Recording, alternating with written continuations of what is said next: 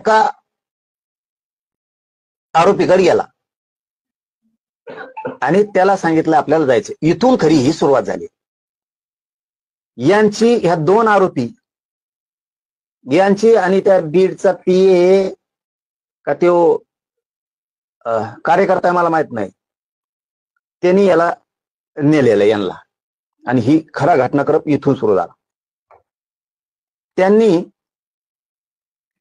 हे सगळं माझं शोधत होते.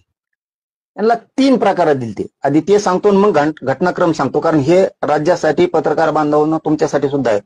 कारण बऱ्याचशा व्यक्तीचे त्याच्यात नाव आहे, म्हणून थोडासा वेळ जाणार आहे आपला प्रेसमध्ये, पण आपल्याला हे महाराष्ट्रासाठी हादरवणारा विषय आहे. पहिलं काम ठरलं होतं त्यांच्याकडून करून घेणं. खोट्या रेकॉर्डिंग बनवा, खोटे व्हिडिओ बनवा, ते द्या, याच्यासाठी तो विषय चाललेला होता. त्यांना ते कुठंच मिळाना, खऱ्या मिळाना तर खोट्या मिळाना. ते तयारीचे असतील ना, तयारी करण्याचे. मग ते दुसऱ्या मुद्द्यावरती आले, खूनच करून टाकायचा. मग तिसऱ्या मुद्द्यावरती आले की आपण गोळ्या देऊन किंवा ते औषध देऊन मग घातपात करू, असं ठरलंय. काही असू द्या, मराठा समाजाला पुन्हा एकदा सांगतो, तुम्ही टेन्शनच घेऊ नका. मी याच्यात मुळाजाळात जाणार आहे. तुमच्यासाठी सगळी घाण, तुमचे पुढे लेकरं आहेत, नातू आहेत, हे सुखासमाधानानं असल्या टेन्शन पासून मुक्त झाले पाहिजेत. असल्या नीच अवलादी संपल्या पाहिजेत. ते काम मी करतो. फक्त तुम्ही शांततेनं सगळ्यांना राहायचं. हे बघा, तो बीडचा कोण कांचन नावाचा माणूस आहे, तो धनंजय मुंडेचा कार्यकर्ता आहे किंवा पीए. धनंजय मुंडे हे माझ्या विरोधात षडयंत्र रचण्याचं काम त्यांनी केलंय. मग जवळचं कोण धरायचं, तर मग हाय का कोणी शोधायला सुरुवात केली असेल किंवा यांची पहिलीच ओळख असेल. तर ह्या बीडचं पोरगा का कोणी, तो पीए का कार्यकर्ता, त्यांनी ह्या आरोपींना घेतलं. यांनी सांगितलं असं आमजवळ हाय किंवा आम्ही मारतो, काय त्यांना माहित, आता ते तपासात होईल म्हणून तर बोला ना मी जास्त. त्याला परळीला नेलं, त्या बीडच्यानं रेस्ट हाऊसला. आणि तिथं एक मोठी बैठक सुरू होती. ती बैठक धनंजय मुंडेंनी सोडली. हे आल्याला कळालं की याच्यापाशी 10-20 मिनिटाचा वेळ दिला. आधी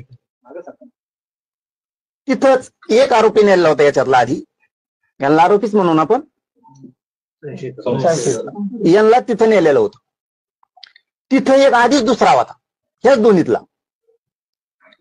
तो बाहेर आल्यावर तो म्हणला आता शोधावं लागेल काय आहे काय नाही. धनंजय मुंडे संग चर्चा करून बाहेर आल्याला शिव म्हणला आता शोधावं लागेल. तेवढ्यात तो म्हणला माझ्याजवळ हायलय मोठ, मी लागन ते देतो. मग यांची तिथं इकडं आल्यावर 2 कोटीत का काय त्यांचं ते ठरलं आणि 50 लाख एक्स्ट्रा, म्हणजे असं 2.5 कोटीत त्यांचं ठरलं. याच्या आधी त्यांनी 5 ते 6 करोड रुपये नाशिलेले असेच. तो आला आणि त्यांनी सांगितलं, मग यांचं सुरू झालंय हे घातपाताचं. मग नंतर तर ह्यो आरोपी, त्याच्यानंतर त्यांनी ती चळवळ सुरू केली. धनंजय मुंडे यांना प्रत्यक्ष तिथं भेटलेला आहे आणि धनंजय मुंडेंनी हे करायचं सांगितलेलं या 2 आरोपीला माहिती. याचा सुद्धा सखोल तपास होणं गरजेचं आहे. मी पहिल्यांदा सांगताना सुरुवातीला सांगितलं, धरा, सोडून द्या, तुम्ही काही करा.